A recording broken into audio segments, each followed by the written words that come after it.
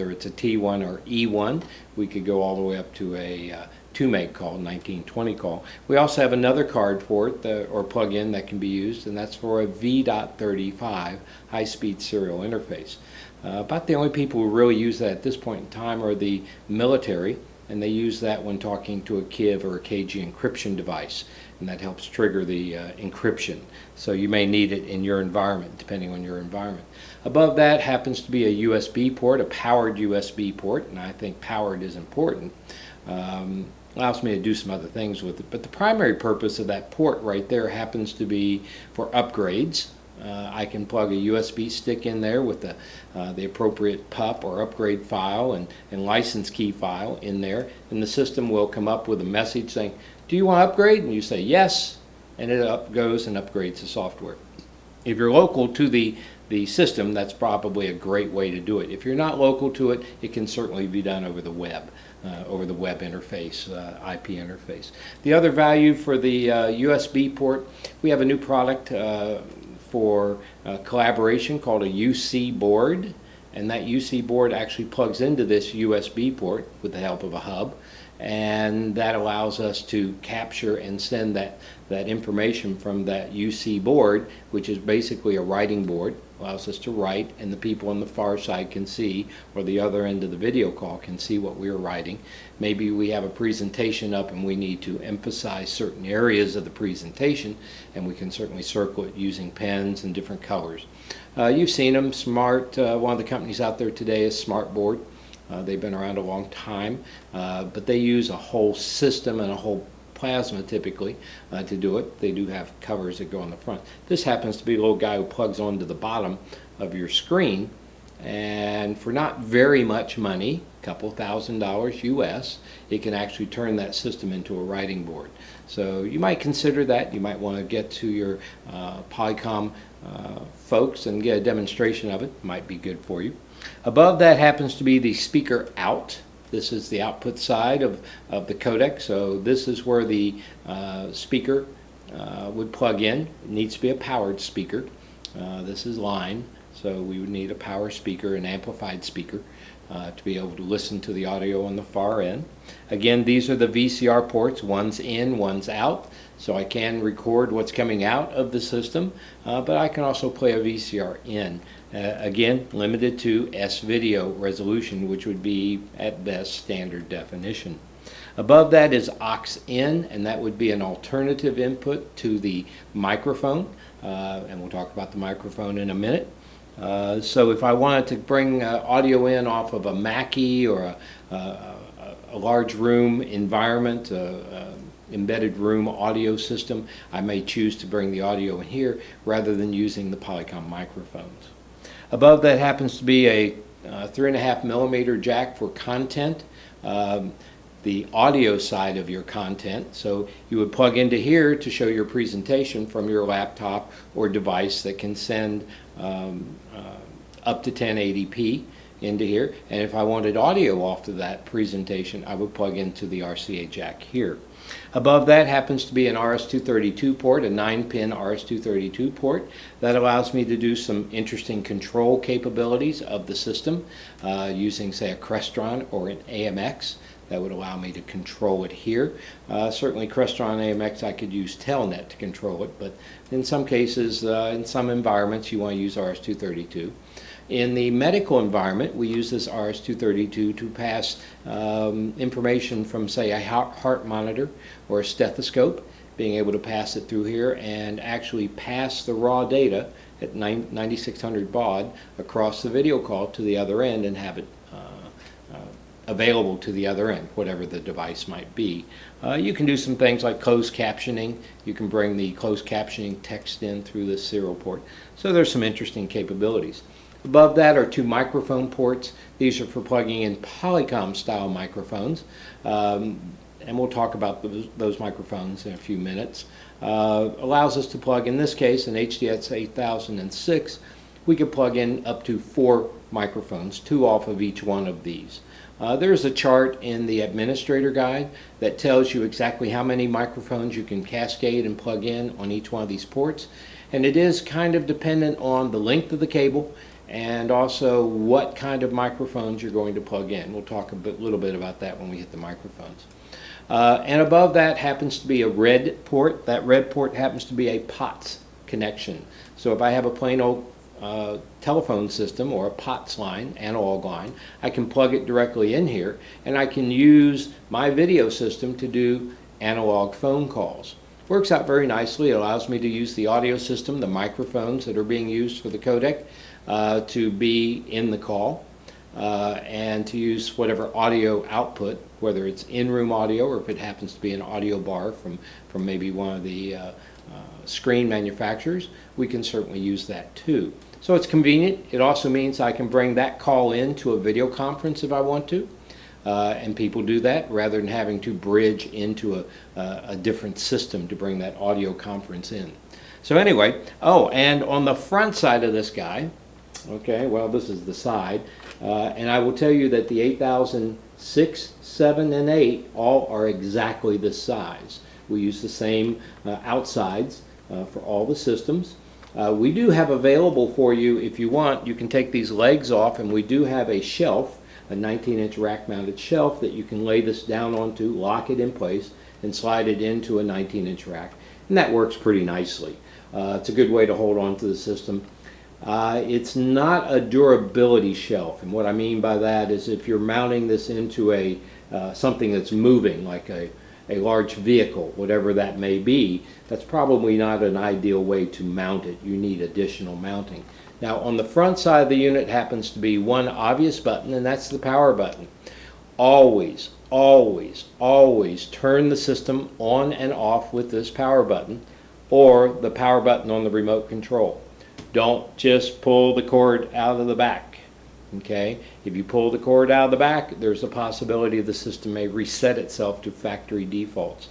And if you do that, you have to go through the startup configuration again. So take it, don't take that chance. Press that button. You'll press it and hold it for about 2 or 3 seconds. It will begin to flicker. It will be blue to begin with, then it will flicker yellow, and then it will, or amber, and then it will shut itself off.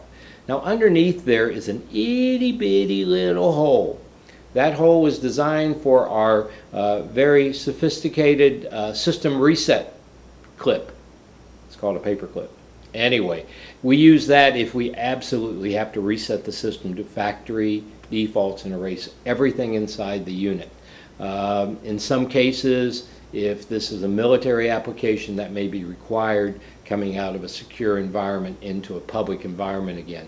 So keep that in mind. That is sometimes used, not very often. Hopefully you don't have to use it at all, because there are software ways to do that. All right, let me get this spun around, and next up we'll talk about cameras. Okay, let's talk about some cameras. Here I have a line of cameras that Polycom sells, and actually 2 of them are current. One of them is a bit of an older camera, but I thought I'd show it to you anyway. The first camera I'm going to show you is the Eagle Eye camera. Now you will find that we have named all of these products Eagle Eye, okay, and that's their primary name. This happens to be an Eagle Eye 1, but there's a bigger brother, or an older, I guess younger brother, Eagle Eye 2 and Eagle Eye 3. The Eagle Eye 3 is the latest generation of this camera. It has a lot of very sophisticated processing built in the camera, specifically to handle low light situations. And believe me, it works beautifully in that situation. We also have here currently available the Eagle Eye View camera. And he's a little bit of a special guy, but he's inexpensive and has some unique capabilities. And this is the older Eagle Eye 1080. This is our original 1080 camera. It is actually, if you recognize it, a Sony-based camera that we then adapted into the Polycom family. This product is no longer being used simply because the Eagle Eye 3 has replaced it. So if you're going to get any new equipment, or when you do get new equipment, it will always be an Eagle Eye 3 unless you specifically order the Eagle Eye View. Now I'll take a quick look at these, and they're not powered up. In the back is your plug-in point for your cable. Now I will tell you that is a very, very high density cable that gets plugged in there, and it's very easy for those pins to be bent. So every time I do an install on one of these, the first thing I do is look at the pins and make sure they're straight. And if they're not straight, I get my little knife out there and try to, and probably engineering would scream about this, but humor me. I get my knife out there and I get them straight. And then I'd slide them in real carefully, and it works very, very well. I've had very little problem if I do that. Now, one thing you'll find on this camera, it does not have a 1/4x20 bracket or locking point for a tripod, okay? And that was done on purpose. I wish we had one, but done on purpose because the mechanism right here happens to rest right on top of where that 1/4x20 balance point would be. Now, don't despair, you can get a tripod mount for this camera. It actually bolts onto these 4 holes, and it's a 1/4x20 bracket that bolts onto the bottom of the camera, and that is available from Polycom. I don't know the price, but if I remember right, it's under $50 US. Okay, so that's a very handy capability, and that's the Eagle Eye 1, 2, and 3 all look identical. You'd have to look at the nomenclature on the bottom to see which model it was, or the system itself will tell you which camera you happen to have. Next, I'm going to talk a little bit about the Eagle Eye View because he's sort of special. The Eagle Eye View was designed to be a fixed camera to point at a fixed area, maybe a presentation area that you use often. So this camera has a fixed focus, or not fixed, but adjustable focus, but it's manual, so you do have to manually adjust it. You can move the head around. There is a privacy shutter for it if you want. Okay, so that makes the camera very handy and very easy to use. It also has an automated feature that if you invert the camera, it will automatically invert or reinvert the image. Now, you'll notice on the bottom of it, it does have a 1/4x20 mount because there's no mechanical pieces underneath here. Now, one of the other really slick things about this camera is that, and you can't see it, but mounted up in here is a set of microphones. So I can literally take the cable from here, plug it into my, in most cases, an HDX 8006 as a low-end startup piece, and I can set this on top. I don't have to bring any microphones out to the table. I immediately have the ability to do my audio, my microphone side of the audio, directly from this camera. So that can be very, very handy. Of course, you can enable or disable that capability if you need to. The Eagle Eye 1080, this guy over here, big guy over here, like I said, he's been discontinued, but again, he has a 1/4x20 capability. You also have to plug directly into the camera to power him. That's unique between these three. That's a requirement for this camera. Now, going back to the Eagle Eye series, the Eagle Eye 1, 2, and 3, this guy has a limitation of about a 10-meter, 30-foot cable that comes, can be ordered with the system. I think the standard cable that comes with it is 3 meters or 10 feet approximately. You can get from Polycom up to a 100-foot, 30-meter cable, but when you do that, you will have to plug in a power supply back here. We can't push the power across that 100 feet reliably, not in our situation. So we provide, when you order that cable, we provide an external power supply. There are 2 manufacturers that make adapters that will actually go farther than that. One of them is Vadio out of Minneapolis, and the other one happens to be Sound Control Technologies.